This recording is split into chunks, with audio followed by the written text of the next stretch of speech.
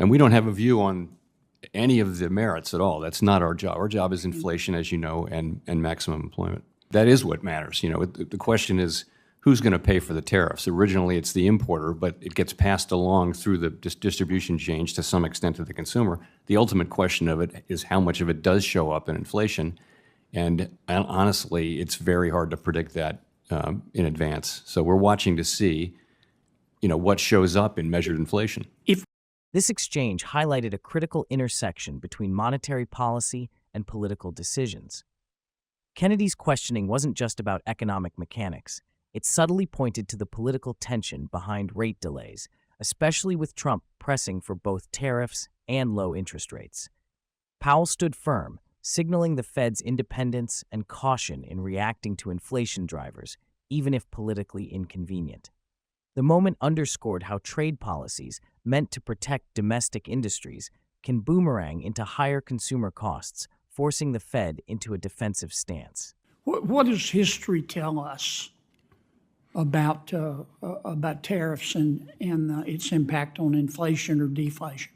So the thing is, we've been through a long period in which tariffs were going down. Remember, since World War II, really, it's been a process of lowering tariffs globally. So there just isn't a lot of modern learning on that. I think people look at the incidence of tariffs during the president's first term, but those were like 1/6 the size of what's people are estimating now.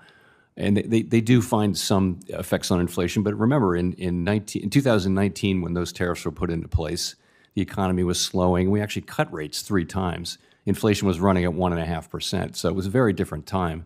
This is different. I think one of the reasons why it's so challenging is that there really isn't a modern precedent. Yeah. And I think we have to be humble about our estimates. And we are very open to the possibility that transmission through into inflation will be less than we think, or maybe more than we think, which is why we're in a position of wanting to take our time and make a smart decision as we see how this unfolds.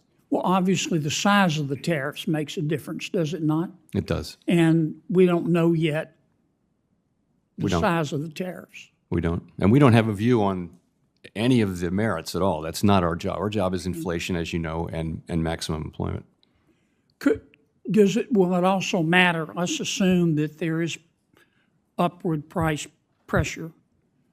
Would it matter how much businesses decide to pass on versus just eat?